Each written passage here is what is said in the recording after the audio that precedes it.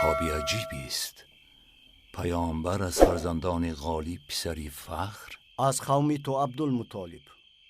سپس نزد شیق رفت. او نیز عیناً چنین تدبیر کرد و باز افزود: حکومتشان به سبب پیامبری که با حق به سوی مردم فرستاده می شود سقوط می کند.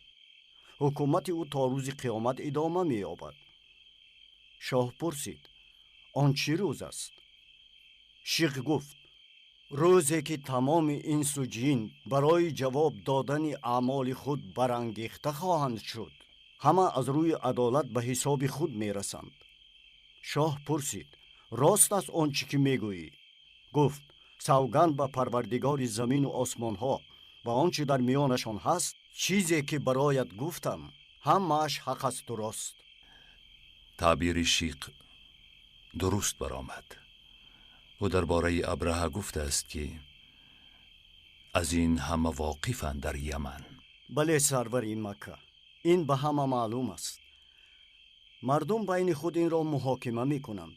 برای همین شاه نصر پسر ربیعه خاندان خود را در حال به عراق کوچاند و از این واقعه به شاه فارس مکتوب فرستاد. حالا در هرا حکمران است. در حقیقت این خبری وهم‌انگیز است. ای سرور مکه، احترامتان می کنم. آمدم تا قرض خویش را ادا بکنم و خبری ناخوشی آوردم. می ترسم که آن خبر را به شما بگویم. بگو ذوالنوفر. عبدالمطالب سیر را پنهان داشته می تواند و از پیش آمدها هرگز نمی ترسد.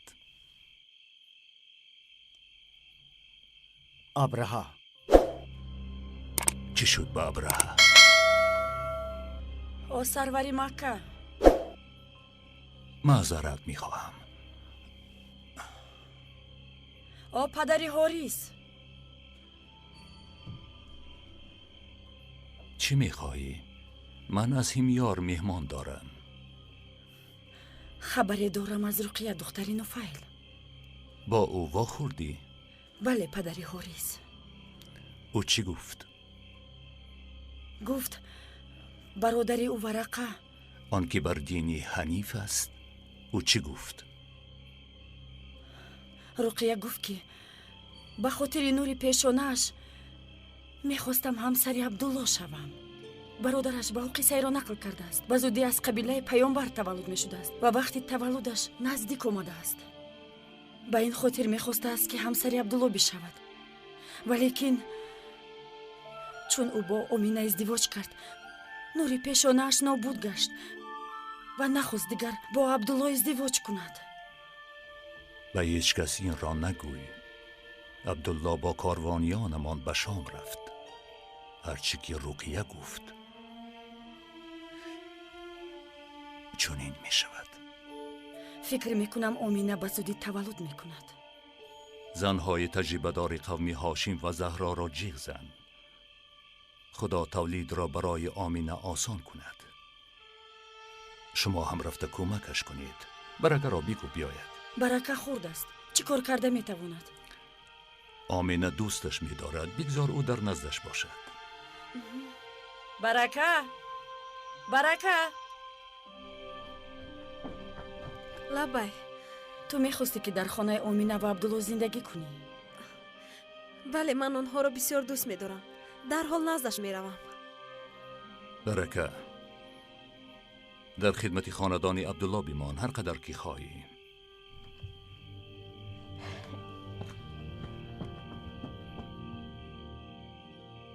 نزد مهمان میروم.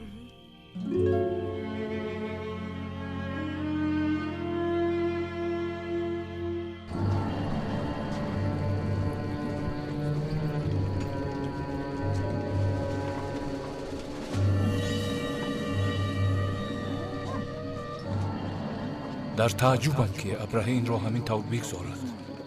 عجبا چه نقشه های کشیده است. نخود با مکه لشکر بکشد.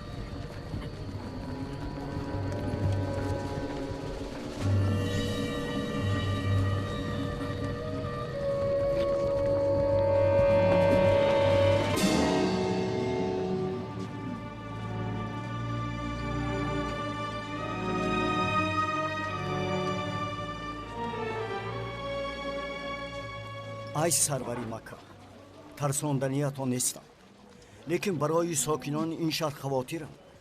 معلومتان است که ما نیز خانه کعبه را گرامی می‌داریم. بگو ذوالنوفر، آنچه را که می‌خواستی. عبدالمطالب، بی پرده میگویم، شاه ابرهه به سرزمین شما حمله میکند. تو چه ها میگویی؟ آنچه را که شنیدید سروری مکه. ما با او چی بدی کرده ایم؟ عبدالمطالب، ابرهه معبد قلیس را که به نهایت با حشمت ساخته است و میخواهد عربها آنجا را زیارتگاه کنند. آنگاه شهر صنعا بزرگترین شهر تجاری میشود. تصور میکنید ابرهه چقدر درآمد میبیند؟ اون نمیتواند مردم را مجبور بکند تا معبد ساخته او را جای زیارت قرار بدهند. آخر مردم اختیاراً زیارت میکنند، نه اجباری. من هم پیش چنین فکر میکردم. قضیه دیگر است. بگو چگونه است؟ کعبه را ویران میکند. چی گفتی؟ سوگند به خدا اگر چنین کند تا آخر با او میجنگم.